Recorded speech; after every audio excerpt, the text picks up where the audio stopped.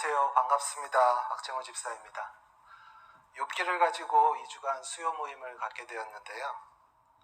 말씀해 주신 것처럼 제가 설교를 할 수 있는 것도 아니고 전문 강사처럼 강의를 할 수 있는 것도 아니어서 준비 과정에 부담이 참 많았습니다. 그래서 그냥 목장에서 나눔하듯 그렇게 편하게 나누려고 하고요. 많이 부족하겠지만 오늘은 특별히 강사를 사랑하는 마음으로 들어주시면 감사하겠습니다. 사실 준비 과정에서는 강의 형식으로 준비를 했었는데 이를 들어본 제 아내가 너무 지루하다 그래서 특히 수요 모임에 오시는 분들은 욥기의 내용에 대해서는 다 잘 아실 거라고 생각을 해서 욥기에 대한 설명은 다 생략하고 제가 느낀 점과 제가 함께 좀 생각했으면 좋을 점들 위주로 말씀을 드리도록 하겠습니다.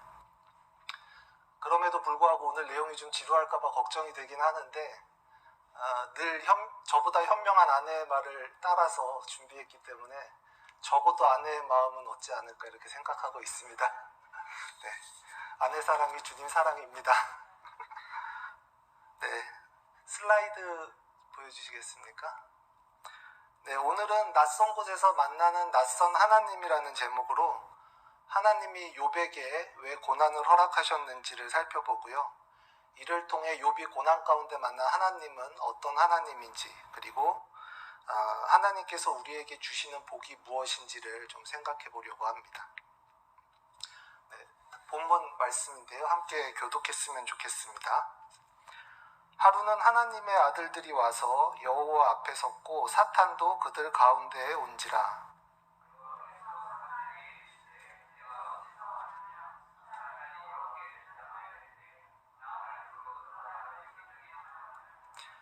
여호와께서 사탄에게 이르시되 내가 내 종 욥을 주의하여 보았느냐. 그와 같이 온전하고 정직하여 하나님을 경외하며 악에서 떠난 자가 세상에 없느니라.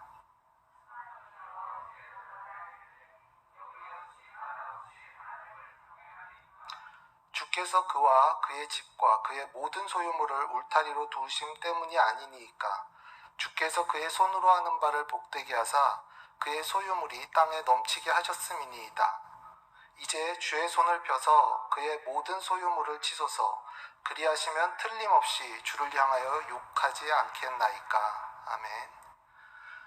네, 어느 날 사단이 땅을 두루 돌아 여기저기 다니다가 하나님 앞에 섰습니다. 그런데 하나님께서 욥을 하나님을 경외하며 악에서 떠난 자라고 선포하시죠. 사단이 온 땅에서 미혹과 유혹의 일들을 벌이고 돌아오자 하나님이 욥을 자신의 대표 주자로 내세우신 셈입니다. 그러자 사단은 하나님이 욥의 모든 소유물을 울타리로 두르셔서 그의 소유물을 넘치게 했기 때문이라고 말하면서 만일 그의 소유물을 치면 욥이 바로 하나님을 욕하고 떠날 것이라고 말합니다. 하나님이 내세운 욥이 별거 아니라는, 그러면서 이제 하나님께 도전하는 그런 셈이죠. 그 이유 잘 아시는 것처럼 욥에게 까닭없는 고난이 주어지는데요. 먼저 자녀와 재산을 모두 잃었고, 그럼에도 불구하고 욥이 하나님을 욕하지 않자 이번에는 온몸에 종기가 나는 병으로 고통을 받게 됩니다. 아내조차 하나님을 욕하고 죽으라고 말하지만 욥은 끝내 입술로 범죄하지 않았습니다. 이 장면에서 우리가 두 가지를 생각해 볼 수가 있는데요. 첫째는 하나님이 욥을 먼저 지명하였다는 것입니다. 즉 욥은 하나님을 대표하는 자로서 하나님의 이에 세워집니다. 그리고 두 번째는 욥이 하나님을 욕하지 않음으로 인해서 사단과의 내기에서 하나님이 승리했음에도 불구하고 욥의 고난이 해결되지 않았다는 점입니다. 이 두 가지를 종합해 보면 하나님이 욥을 지명한 것은 사단과의 내기 때문이 아니고 뭔가 다른 이유가 있을 거라고 생각해 볼 수 있습니다. 그것이 과연 무엇인지 살펴보겠습니다. 여러분은 나의 소유와 건강을 지켜주시는 하나님이 익숙하십니까? 아니면 고난을 허락하시는 하나님이 익숙하십니까? 당연히 나의 소유물과 건강을 지켜주시는 하나님이 익숙하실 텐데요. 네, 저 또한 마찬가지입니다. 이 하나님이 함께할 때 우리의 입술에 감사와 찬양이 넘치지요. 우리의 기도를 잘 생각해 보면 하나님, 제가 이렇게 잘할 테니 제가 원하는 복을 주세요. 혹은 하나님께서 제가 원하는 복을 주시면 제가 하나님의 자녀답게 이렇게 잘하겠습니다. 이런 경우가 많습니다. 그러나 나를 두르고 있는 울타리가 없어지면, 그리고 고난이 찾아오면 우리는 종종 응답하지 않는 낯선 하나님을 만나게 됩니다. 고난의 이유도 얘기해 주시지 않고 고난을 해결해 달라는 우리의 기도에도 응답하지 않는 하나님입니다. 우리는 사실 이 하나님을 만나고 싶지 않습니다. 고난 가운데 주어지는 고통이 두렵기 때문이죠. 그래서 우리는 하나님 앞에서 흠없는 자가 되려고 애를 쓰고 하나님을 향한 나의 열심을 다하기도 합니다. 왜냐하면 하나님께서는 내가 잘하면 복을 주시고 내가 잘못하면 벌을 주신다고 생각하기 때문입니다. 아니라고 말하지만 우리의 깊은 곳을 살펴보면 이 마음이 있는 것이 사실입니다. 욥도 하나님의 정의와 공의 앞에 늘 조심하고 신중한 사람이었습니다. 신중할 뿐만 아니라 하나님이 내세울 만큼 온전한 사람이었습니다. 그러나 이러한 욥의 노력에도 불구하고 고난이 찾아왔습니다. 그렇게 우리는 이 상황 앞에서 이렇게 질문할 수밖에 없습니다. 하나님, 왜 까닭을 알 수 없는 고난을 주십니까? 그리고 왜 전능하신 하나님은 이 고난을 해결해 주지 않으십니까? 이 질문은 늘 우리와 함께 있는 질문입니다. 지금 이 순간에도 많은 분들이 이 질문 앞에 서 있을 텐데요. 저 또한 마찬가지입니다. 작년 한 해는 저에게는 고난의 한 해였습니다. 건강과 재정 다 문제가 생겼던 한 해였고, 저의 바람과는 달리 그 문제는 극적으로 회복되지 않았습니다. 여전히 진행형이죠. 아마도 많은 분들께서도 일상 가운데 고난을 겪고 계실 텐데, 사실 우리의 인생은 고난과 그 고난을 극복한 이야기라고 해도 과언이 아닐 것 같습니다. 욥기에서도 욥과 세 친구가 이 질문을 놓고 긴 논쟁을 벌입니다. 세 친구는 모두 하나님께서 이유 없이 고난을 주실 리가 없다. 욥, 네가 모르는 너의 죄가 있을 것이니 하나님에게 회개하고 돌이키면 이 고난을 해결해 주실 것이라고 말합니다. 그러나 욥은 아무리 생각해도 그것으로 이 문제를 해결할 수가 없습니다. 세 친구에게는 고난이 현실이 아니지만 욥에게는 고난이 현실이기에 욥은 자기가 만나고 있는 낯선 하나님에게 고난의 이유를 물을 수밖에 없습니다. 정확히는 하나님께서 고난을 통해 욥을 그 자리로 이끌고 계십니다. 그런 맥락에서 보면 욥과 세 친구는 같은 말을 하고 있는 것 같지만 묘하게 다릅니다. 모두 하나님은 공의로우시고 신실하시며 큰 뜻을 가진 분이며 그 뜻을 반드시 이루시는 분이라고 말합니다. 그런데 세 친구는 우리가 하나님을 다 알 수 없으니 우리가 아는 범위 내에서 하나님에 대한 이해를 끝내려고 합니다. 그저 믿고 회개하고 잘하면 복 주신다는 이 틀 안에서 문제를 빨리 해결하고 싶어 합니다.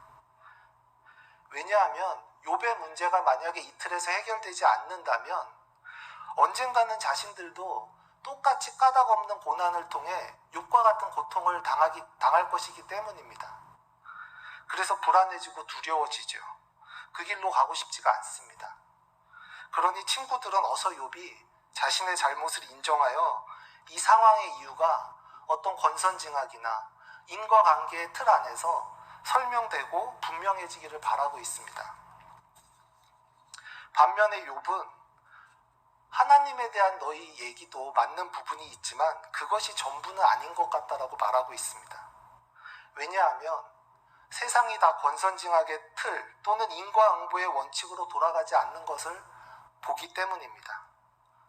그러니 분명 하나님의 다른 뜻과 다른 이유가 있을 것이니 난 그것을 하나님에게 묻고 들어야겠다라고 말하고 있습니다. 이것이 욥과 세 친구의 큰 차이입니다. 욥은 고난 가운데에서도 하나님으로부터 돌아서거나 세 친구와 같이 내가 아는 범위 내에서 적당히 끝내려고 하지 않습니다.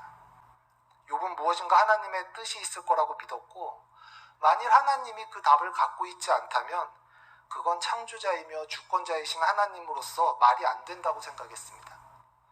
그렇게 욥은 그 답을 끝까지 하나님에게 들어야겠다는 끈을 놓지 않았습니다. 그러므로 욥은 인내의 대장을 넘어 믿음의 대장이라고 생각합니다. 우리도 마찬가지 아닐까 생각합니다. 고난 가운데 하나님이 답을 갖고 있지 않다면 우리에게 남는 것은 절망과 고통뿐일 것입니다. 고난이야말로 그저 무의미한 시간이 되겠죠. 어쩌면 욥과 세 친구의 논쟁은 우리가 고난 가운데에 빠졌을 때 겪게 되는 내면의 치열한 싸움일지 모릅니다. 저는 욥기를 읽으며 이런 상상도 해봤습니다. 하나님과의 내기에서 진 사단이 세 친구를 통해 욥이 하나님을 떠나도록 미혹하고 있는 것은 아닐까. 왜냐하면 세 친구의 말은 옳은 것 같으면서도 하나님에 대한 이해를 제한하고 있습니다. 그리고 이러한 생각은 우리가 울타리 너머에 낯선 하나님을 만나는 것을 방해하고 있습니다. 늘 그렇지만 옳은 것 같지만 옳지 않은 것, 그것이 바로 사단의 흔한 수법이지요. 세 친구의 말처럼 뭔가 내 잘못이 있겠지 또는 내가 모르는 하나님의 뜻이 있겠지. 그러니 하나님, 제가 잘 모르겠지만 하나님과의 뜻과 계획이 있음을 믿고 제 잘못을 회개하오니 속히 용서해 주시고 회복시켜 주십시오. 이렇게만 저희가 말한다면 그것은 나는 변하지 않고 그저 이 고난을 속히 해결해 달라고 하나님께 모두 떠넘기는 것이 돼버립니다. 이 말씀이 고난 가운데 자책하거나 회개하는 것이 필요 없다는 의미가 아닙니다. 자책과 회개는 필요합니다. 이것이 없는 경우에 자칫 누군가에 대한 원망으로 빠질 수도 있고 스스로에 대한 절망이 더 커질 수도 있습니다. 더군다나 모든 고난은 까닭없이 오는 것도 아니죠. 많은 경우 고난은 나의 어리석음이나 나의 연약함으로부터 오기도 합니다. 그러므로 자책과 회개는 필요합니다. 다만 이 자책과 회개를 세 친구의 말처럼 상황을 손쉽게 이해하는 타협의 수단이나 하나님께 떠넘기는 수단으로 쓰면 안 된다는 것입니다. 고난에 대한 해석을 이러한 범위에서 끝내버린다면 나의 변화나 성장은 없고 하나님을 더 알아가는 일들이 나타나지 않기 때문입니다. 특히 나의 자책과 회개에도 불구하고 하나님께서 계속 침묵하시고 나의 처지와 상황이 여전히 변하지 않는다면 우리는 자칫 하나님을 원망하며 떠나게 될 수도 있습니다. 그렇게 욥은 자책하고 회개하는 것으로 이 상황을 끝내는 것이 아니라 기존에 알고 있었던 하나님과는 다른 하나님의 뜻을 알고자 하고 있습니다. 욥이 고난 가운데 그렇게 성장하고 있습니다. 저는 욥이 이렇게 할 수 있었던 것이 욥기 처음에 나오는 본문의 말씀처럼 욥이 평소에 하나님을 경외하고 악에서 떠나기 위해 애를 썼기 때문이라고 생각합니다. 훈련이 되어 있었던 것이죠. 그렇게 고난이 닥쳤을 때 낯선 하나님의 뜻을 알고자 나아갈 수 있었을 것입니다. 그 정도의 믿음이 있었기에 하나님이 욥을 지명하여 불렀다고 생각합니다. 우리 또한 평소에 이런 훈련이 필요하다고 생각을 하는데요. 일상 가운데 크고 작은 고난이 늘 다가오는데 작은 고난들에서도 하나님의 뜻을 묻고 하나님을 의지하며 나아갈 때 욥과 같이 큰 고난을 당할 때에도 하나님에게 나아갈 수 있을 것입니다. 그러므로 우리에게 오는 일상의 고난들은 하나님에게 나아가는 예행 연습의 시간이고 훈련의 시간이라고 생각합니다. 저는 오늘 제가 겪었던 작은 고난 이야기를 하나 하고 싶은데요. 주변에 몇 번 이야기해서 아시는 분도 계시겠지만 여권 분실 사건입니다.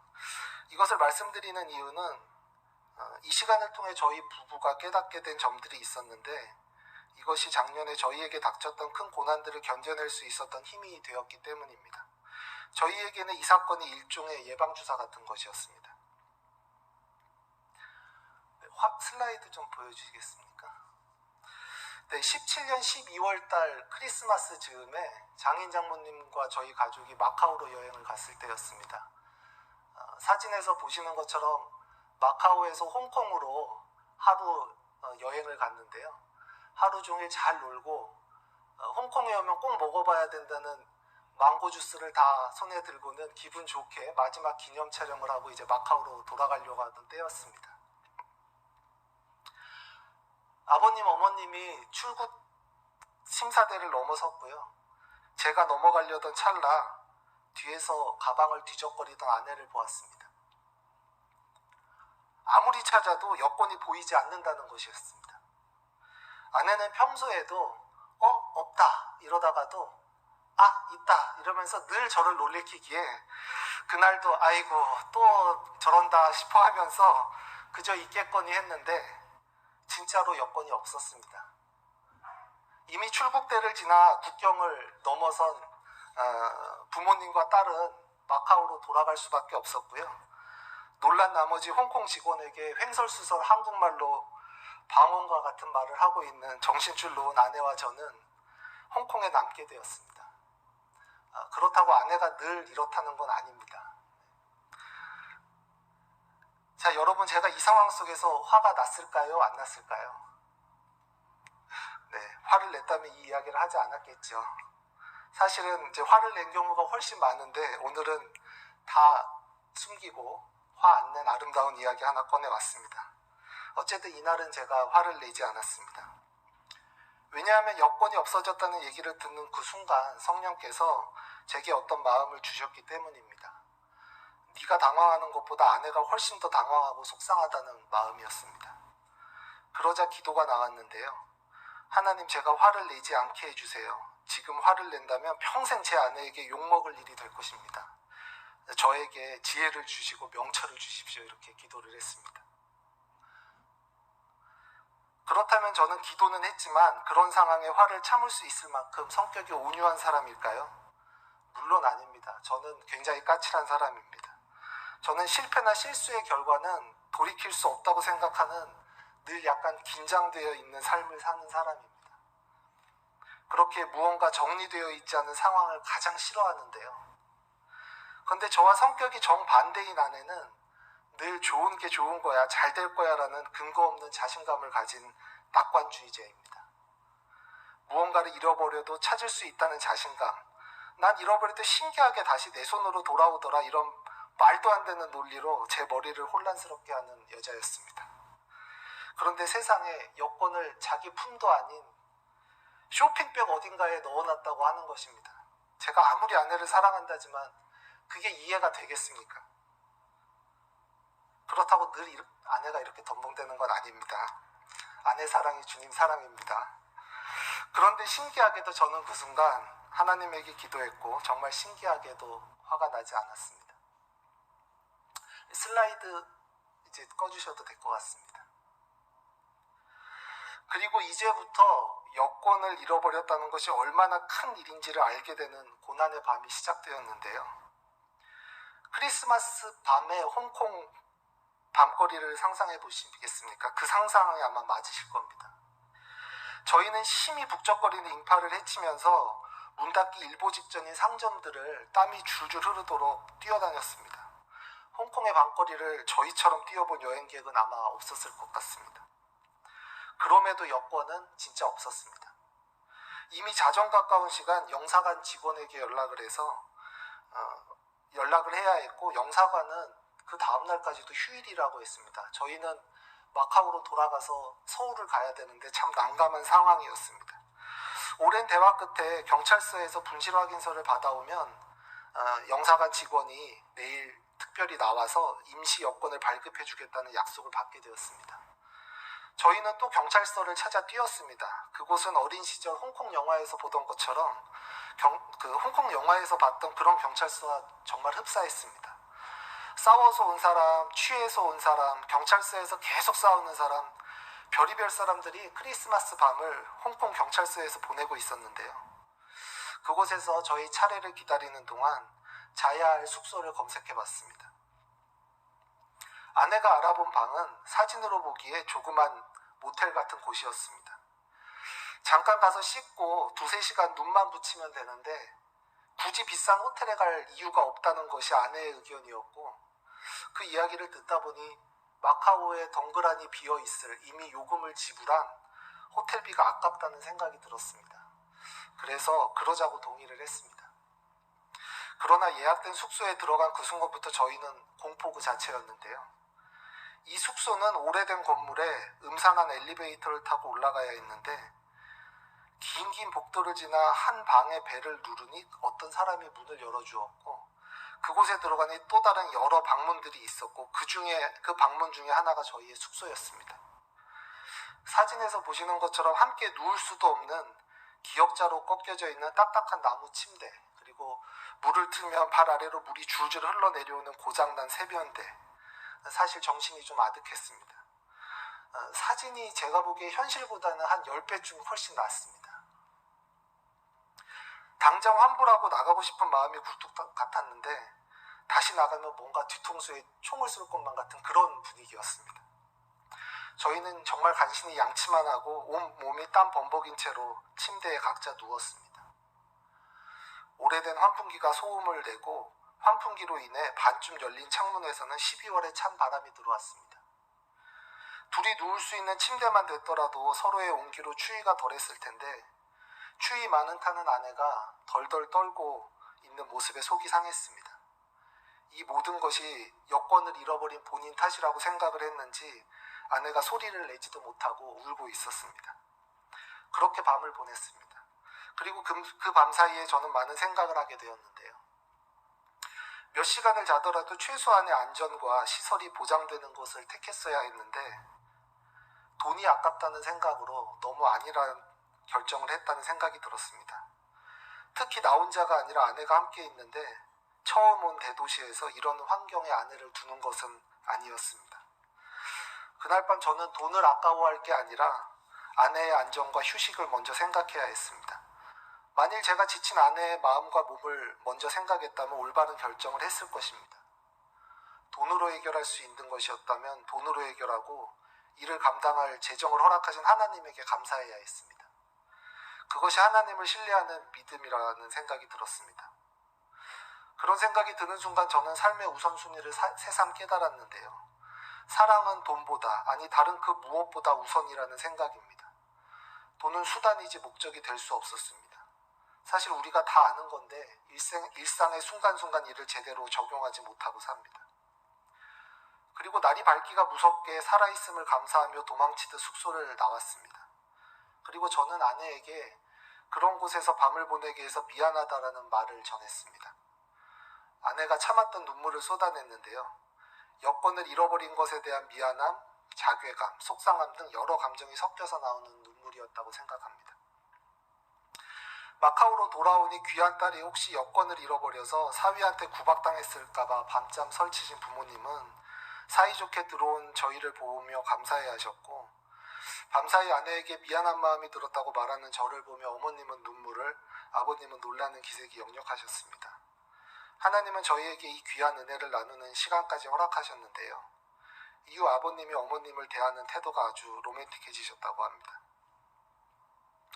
그런데 혹시 이 이야기를 들으시면서 야, 박 집사 대단해. 저런 상황에서 성질 안 내고 아내를 품은 걸 보면 만일 이렇게 생각하신다면 저로서는 감사한 일이지만 사실 이 이야기의 본질은 그것이 아닙니다.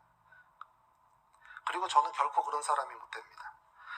고난 가운데 성령의 인도함을 구하자 하나님께서 고난의 순간에도 나를 도우시는 하나님이라는 것을 알게 하셨고 더 나아가 하나님이 나를 얼마나 사랑하시는지 그 밤에 깨닫게 하셨습니다. 왜 그런 마음이 들었는지는 잘 모르겠습니다. 그저 그런 마음이 들게 하셨는데요.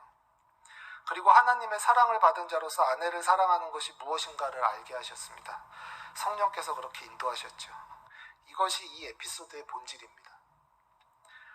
이렇게 여권 분실 사건은 고난의 밤이었음에도 저희 부부에게는 평생 남을 아주 귀한 추억이 되었습니다. 만약 하나님께 기도한 그 순간, 그리고 홍콩의 낯선 숙소에서 저에게 말씀해 주신 성령이 없었다면 이 사건이 지금 어떻게 기억되고 있을까 생각해 보게 됩니다. 앞서 말씀드렸듯이 이 경험은 저희 가정에 더 큰 고난이 왔을 때 이를 슬기롭게 대처하는 훌륭한 예방주사가 되었습니다. 고난에 대해 저희는 성령의 인도함을 구하게 되었고요. 이를 위해 기도하게 되었습니다. 그리고 무엇보다 우리의 사랑이 그 무엇보다 우선임을 잊지 않게 해주셨습니다. 이를 통해 저희는 고난보다 훨씬 더 큰 하나님의 은혜를 받았습니다. 크고 작은 고난이 찾아올 때 우리는 욥과 같이 하나님의 뜻을 묻고 하나님에게로 더 나아가야 한다고 생각합니다. 이 과정을 통해 우리는 고난에 슬기롭게 대처하며 고난 가운데에서도 희망과 감사, 기쁨과 사랑의 이야기를 쓰는 법을 하나님으로부터 배우게 된다고 생각합니다. 분명히 하나님께서 가르쳐 주신다고 믿습니다. 물론 이런 말씀을 드리는 이 순간 이 고난이 욥이 겪고 있는 고난과는 비교될 수조차 없는 작은 고난이라는 것을 잘 압니다. 우리가 정말 감당할 수조차 없는 그런 고난 앞에 섰을 때에는 기도조차 나오지 않는 그러한 현실도 잘 알고 있습니다. 어쩌면 그런 고난 가운데 계신 분들에게 지금 제가 드리는 이 말씀이 현실과는 동떨어진 한가로운 이야기로 들릴 수도 있을 것입니다. 그래서 사실 고난에 대해서 얘기하는 것은 참 조심스럽습니다. 자칫 욥의 세 친구처럼 위로의 말이 상처의 말로 변질될 수 있기 때문입니다. 그러나 현실의 고통에 대해 간과하거나 가볍게 여기는 것이 아님을 양해하고 들어주시면 좋겠습니다. 누가 감히 현실의 고난 앞에 고통을 가볍게 여기거나 함부로 이래야 한다 저래야 한다 말할 수 있겠습니까?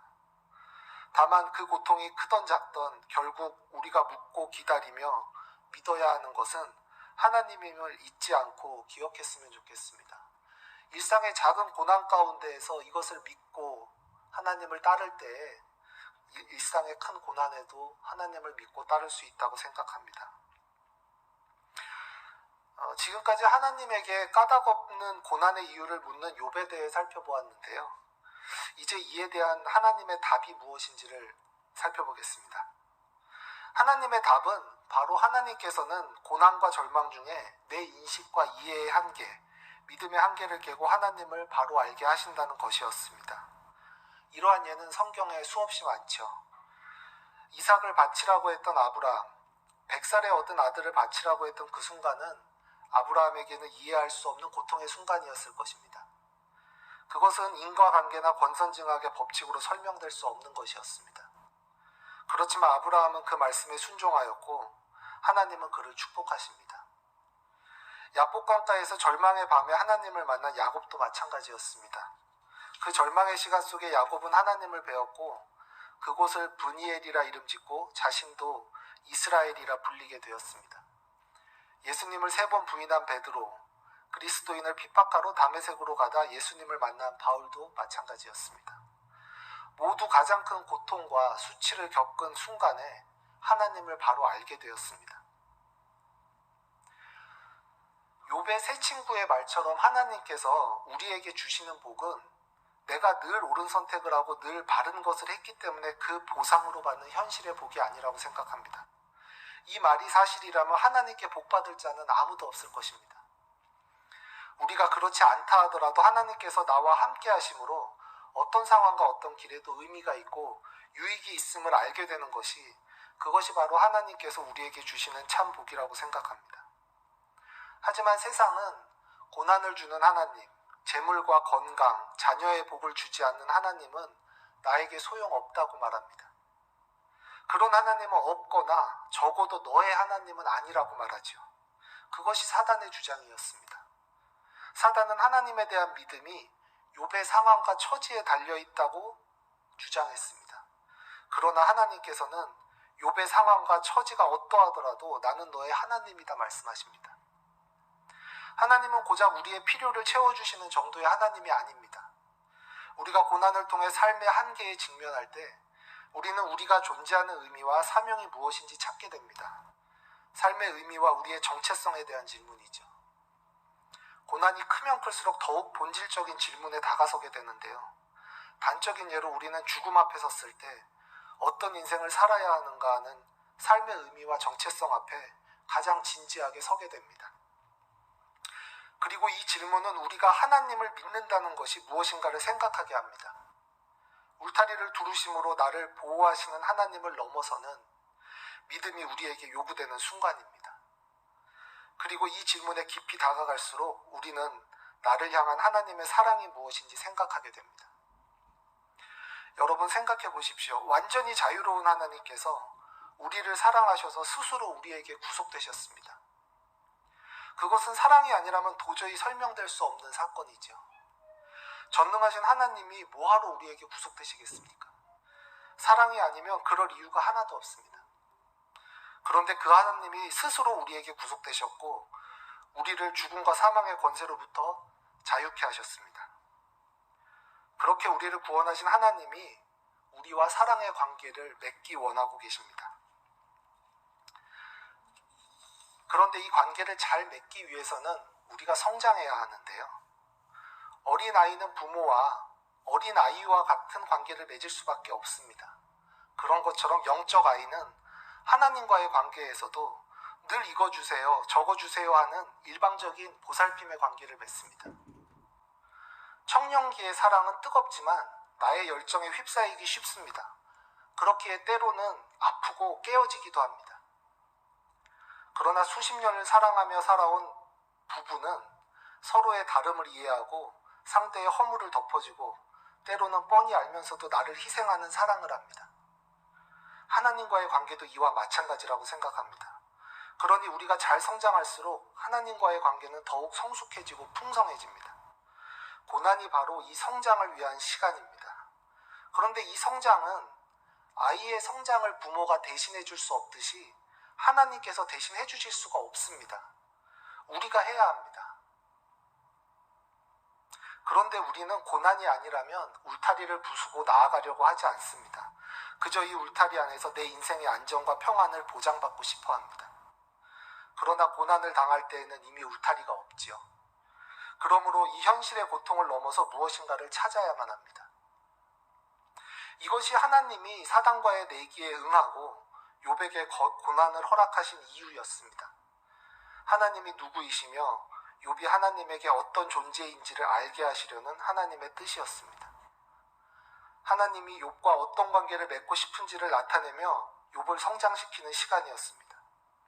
그리고 저는 이 하나님의 뜻은 지금 우리의 고난 가운데에서도 동일하게 나타나고 있다고 생각합니다.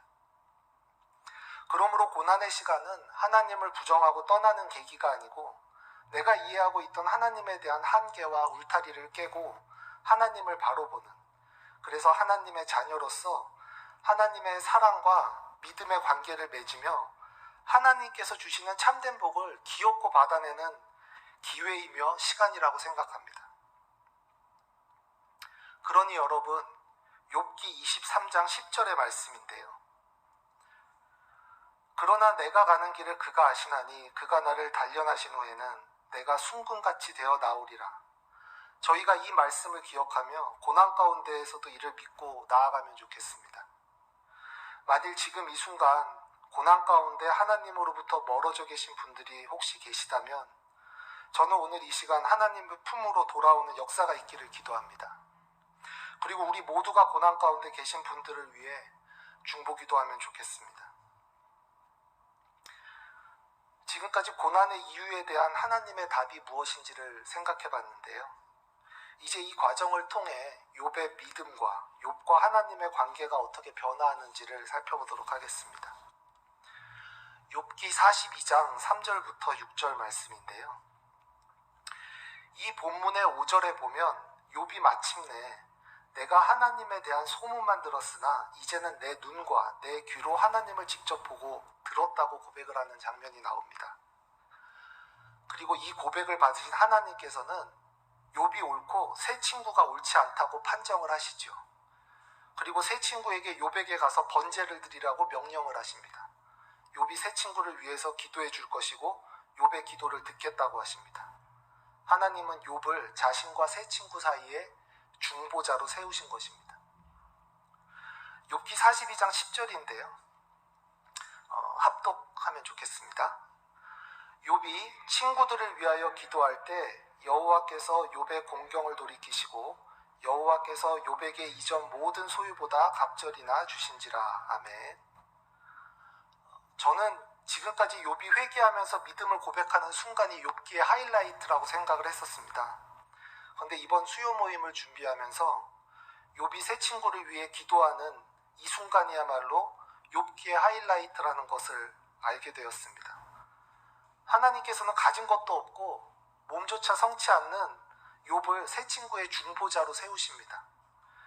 욥기에 보면 하나님께서 욥에게 너는 대장부처럼 허리를 묶고 내가 네게 묻는 것을 대답할지니라 이렇게 말씀하시는 대목이 여러 번 나옵니다. 저는 이 구절을 읽으면서 굉장히 이해하기 힘들었습니다. 지금 고통 가운데 일어서기조차 힘든 욥에게 왜 하나님께서 자꾸 너는 대장부처럼 허리를 쭉 펴고 내가 내게 묻는 것을 대답해라 라고 이렇게 하시나 하는 의문이었습니다. 그런데 욥을 중보자로 세우는 이 장면에서 깨달았습니다.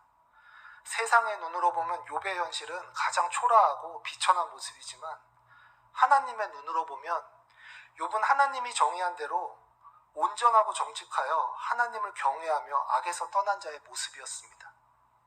왜 그럴까요? 욥은 이전에는 알지 못하던 낯선 하나님을 눈으로 본 자이기 때문입니다. 이제 욥은 하나님과 더 성숙하고 풍성한 관계를 맺는 사랑과 믿음의 관계로 성장했습니다. 하나님께서 고난 가운데 욥을 그렇게 이끄셨습니다. 그리고 이것은 하나님께서 욥을 하나님을 경외하며 악에서 떠난 자라고 사단 앞에서 선포한 그 순간 이미 성취된 사건이었습니다. 그렇게 하나님은 욥에게 고난 가운데 위축되지 말고 허리를 펴고 당당하게 일어서라 말씀하십니다. 내가 너의 하나님이라. 너는 당당히 서서 나에게 기도하라고 하십니다. 하나님의 이 말씀은 제게 너무나 큰 위로였습니다. 이 세상은 우리의 재산이나 학력, 직업, 외모나 지인 등으로 우리를 판단하죠. 이 앞에 자신 있는 사람은 아무도 없을 것입니다. 그렇게 우리의 일상은 늘 경쟁이고 불안합니다. 그리고 늘 부족합니다. 하나님께서 이미 주신 복을 이 두려움과 불안이 가려버립니다. 그런데 하나님께서는 언제나 나는 너의 하나님이니 너는 허리를 묶고 대장부답게 일어서라 하십니다. 내가 너를 지명하여 불렀으니 너는 내 것이라고 말씀하십니다. 중보자의 삶, 이것이 하나님께서 욥에게 까닭없는 고난을 허락하신 목적지였습니다. 하나님께서는 욥이 하나님을 알고 중보자로 설 것을 계획하셨고요. 그렇기에 하나님께서는 욥이 이 자리에서 그의 친구들을 위해 기도할 때 그의 공경을 돌이키고 욥에게 이전 모든 소유보다 갑절이나 주신 것입니다. 한번 상상해 보십시오. 가장 초라하고 비천한 모습의 욥이 하나님 앞에서 그의 친구를 위해 기도하고 있습니다. 무엇을 기도했을까요? 하나님, 울타리 안에 머물며 내 인식의 한계, 내 이해와 지식의 한계 안에서 하나님을 정의하며 이 하나님을 지켜주세요 간구했던 제 친구들을 용서해 주십시오. 저의 친구들이 저와 같이 울타리 너머에 있는 낯선 하나님을 만나기 원합니다. 제가 만난 하나님을 그들도 만나게 해주시고 제가 누리는 이 은혜를 함께 누리게 해주십시오. 아마도 욥은 눈물로 기도했을 것입니다. 이것이 중보자의 기도입니다. 이제 욥은 고난을 통해 중보자로서 하나님과 이렇게 새로운 관계를 맺고 살아가게 되었습니다. 오늘 나눔을 좀 정리를 해보겠습니다. 우리는 모두 정도의 차이는 있을지는 몰라도 고난과 고통, 절망과 수치의 순간을 마주하며 살아가는데요. 그것이 우리의 인생이죠. 그런데 그 순간에 어떤 생각을 하고 계십니까? 혹시 새 친구들처럼 하나님 앞에 죄를 회개하고 무언가 나의 열심을 다하면 하나님께서 이 현실을 기적처럼 바꾸어 주시지 않을까 기대하고 계시지 않습니까? 아니면 그리하시지 않는 하나님에게 불평하며 나의 하나님은 어디에 있냐고 하나님으로부터 떠나가 계시지는 않습니까? 다른 사람의 고난에 대해서도 마찬가지일 것입니다. 혹시 고난 가운데 있는 사람에게 욥의 새 친구처럼 그렇게 이야기하고 있지는 않습니까? 그런데 욥은 이렇게 말합니다. 내가 평안할 때는 몰랐는데 이 재앙과 고난이라는 것이 언제 오는지 모르겠더라. 까닭도 시기도 없이 오고 내가 할 수 있는 일은 아무것도 없더라. 간절히 기도하면 응답해 주실 거라 생각해서 기도도 해봤는데 응답해 주시지 않고 내가 원하는 대로 바라는 대로 해주시지도 않더라. 그러나 현실의 고난 앞에서 그저 절망하거나 하나님으로부터 절대 돌아서지 마라. 내가 울타리박 하나님을 만나보니 그 하나님은 우리가 전에 들은 말들의 껍질이나 소문의 부스러기에 의존했던 그런 하나님이 아니더라. 하나님은 네가 가는 길을 알고 계시며 너의 상황과 처지가 어떠하더라도 너를 돌보시는 하나님이더라. 이렇게 말하고 있습니다. 물론 이 순간 어떠한 말로도 위로가 되지 않을 만큼 힘들고 고통스러운 순간을 겪고 계신 분들이 많을 것입니다. 그러나 울타리가 사라진 이 순간 사람의 어떤 말이나 세상의 어떤 것이 고난 가운데 있는 우리를 위로하겠습니까? 그러니 오히려 이 순간에 오직 믿음으로 하나님에게 묻고 기도하길 원합니다. 울타리 밖에 낯선 하나님을 향해 걸어갈 때 하나님께서 우리를 만나 주실 것입니다. 그래서 까닭도 알 수 없고 해결되지도 않는 고난 앞에서 하나님의 뜻을 알게 되기를 원합니다. 이 하나님을 만날 때 어떤 길에도 하나님이 함께함으로 의미가 있고 유익이 있음을 알게 되리라 믿습니다. 그리고 이를 통해 하나님의 사랑을 느낄 때 비로소 고난 가운데에서도 감사하며 소망을 바라보게 된다고 믿습니다. 하나님의 사랑을 믿고 행할 때 우리의 삶이 실질적으로 변화되고 하나님과 더욱 성숙하고 풍성한 사랑의 관계로 나아간다고 믿습니다. 이것이 하나님께서 고난 가운데 우리에게 주시기를 원하는 하나님의 은혜입니다. 지금 고난의 시간을 통과하고 계시는 모든 분들에게 이 은혜가 함께 하시기를 원합니다. 우리가 고난 가운데 있을지라도 하나님의 자녀로서 대장부답게 당당히 일어서 하나님께서 허락하신 그 풍성하고 아름다운 삶을 다 살아가게 되시기를 주님의 이름으로 기도드립니다. 제가 기도하겠습니다.